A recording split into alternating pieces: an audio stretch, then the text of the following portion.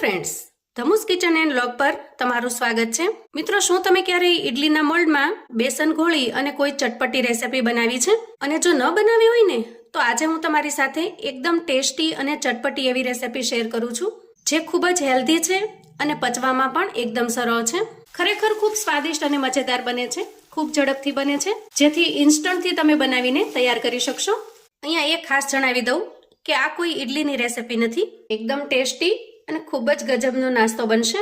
આજની રેસીપી બનાવવા માટે સૌથી પહેલા મિક્સર જાર લઈશું અને 1 કપ બેસન લઈશું। અહીંયા બેસનનું ટેક્સચર જુઓ, એકદમ ઝીણું બારીક છે। આ રીતનો બેસન આપણે લેવાનો છે। હવે આ બેસનને આપણે જારની અંદર ટ્રાન્સફર કરી દઈએ અને 1 ચમચી જેટલી આદુ મરચાંની પેસ્ટ ઉમેરી દઈએ। ઢાંકણ ઢાંકી થોડી વાર ચલાવી લઈએ અને બધી વસ્તુને મિક્સ કરી લઈએ। તો જુઓ, અહીંયા બેસનની અંદર આદુ મરચાંની પેસ્ટ છે એ સારી રીતે મિક્સ થઈ ગઈ છે।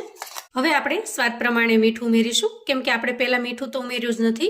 થોડી અમથી ચપટી જેટલી હિંગ ઉમેરીશું। તો ચણાના લોટની જો કોઈ પણ વસ્તુની અંદર આપણે હિંગ ઉમેરીએ તો પચવામાં એકદમ સરળ થઈ જાય છે અને પેટમાં બિલકુલ વજન પણ થતો નથી, કેમ કે હિંગ હોવાથી ઝડપથી પાચન થઈ જાય છે। હવે આપણા મિશ્રણની અંદર 1.5 ચમચી જેટલી ખાંડ ઉમેરીશું અને ત્યાર પછી ઉમેરીશું 5 ચમચી જેટલા લીંબુના ફૂલ, જેને સાઇટ્રિક એસિડ પણ કહેવામાં આવે છે। આ જે લીંબુના ફૂલ છે એ દેખાવમાં બિલકુલ ખાંડના દાણા જેવા હોય છે, જુઓ। તો અહીંયા માપ પ્રમાણે 5 ચમચી જેટલા આપણે લીંબુના ફૂલ લીધેલા છે, એને ઉમેરી દઈએ અને ત્યાર પછી જે કપનું આપણે માપ સેટ કરેલું છે એ અડધા કપ જેટલું પાણી ઉમેરી દઈએ। હવે ઢાંકણ ઢાંકી આ બધી જ વસ્તુ સરસ રીતે મિક્સ થઈ જાય એ રીતે આપણે મિક્સરમાં ચલાવી લઈએ। તો જુઓ, થોડી વાર ચલાવતા જ મિશ્રણ એકદમ સરસ બની ગયું છે। તો 1 કપ બેસનની સામે અડધા કપ જેટલું પાણી એ માપને સેટ કરીને રાખવાનું।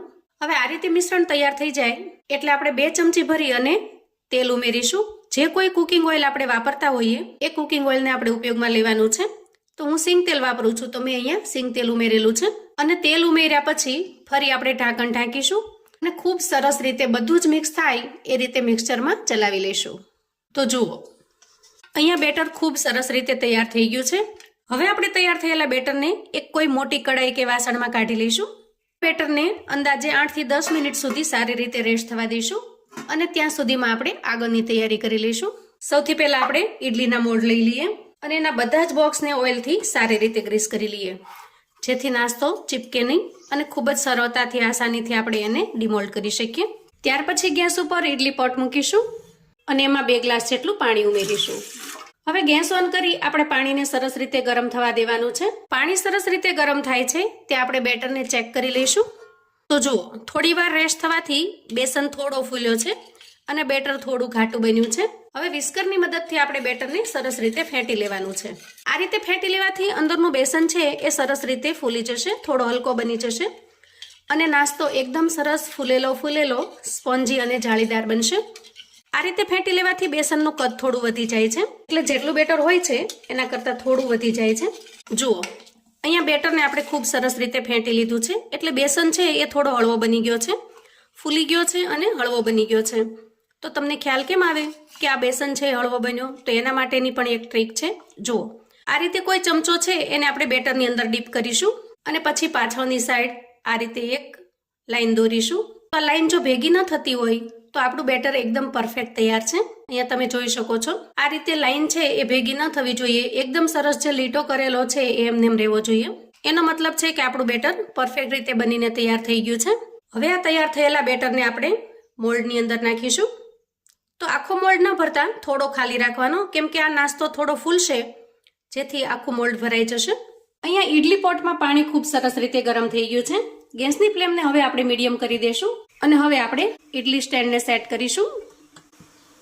આ રીતે ઢાંકણ ઢાંકી 10 મિનિટ સુધી સારી રીતે થવા દઈએ અને 10 મિનિટ સુધી આપણે એને બિલકુલ અડશું નહીં, બિલકુલ ચલાવીશું નહીં। તો જુઓ, અહીંયા નાસ્તો બનીને તૈયાર છે, એકદમ આસાનીથી ડિમોલ્ડ થઈ જશે। તો એકદમ ટેસ્ટી અને ખૂબ જ સરસ જાળીદાર એવો નાસ્તો બનીને તૈયાર છે। અહીંયા તમે જોઈ શકો છો, એકદમ સરસ જાળીદાર બન્યો છે। આ નાસ્તાને તમે આ રીતે સિમ્પલ પણ ખાઈ શકો છો। જો તમે ઓઇલ ફ્રી ખાવાનું પસંદ કરો છો અથવા તો ડાયટિંગ પર છો તો આ નાસ્તાને તમે આ રીતે પણ એન્જોય કરી શકો છો। કોઈ પણ ચટણી સાથે આ નાસ્તો ખૂબ જ ટેસ્ટી એવો લાગશે। પણ આજે આપણે આ નાસ્તાને થોડો ચટપટો, ટેસ્ટી અને ટેંગી બનાવીશું। તો થોડો વઘાર કરી લઈએ। હવે ગેસ ઓન કરીશું અને એક કડાઈ મૂકીશું। કડાઈમાં આપણે 1 ચમચા જેટલું તેલ ઉમેરીએ નાનો 1 ચમચા જેટલું મેં તેલ લીધું છે.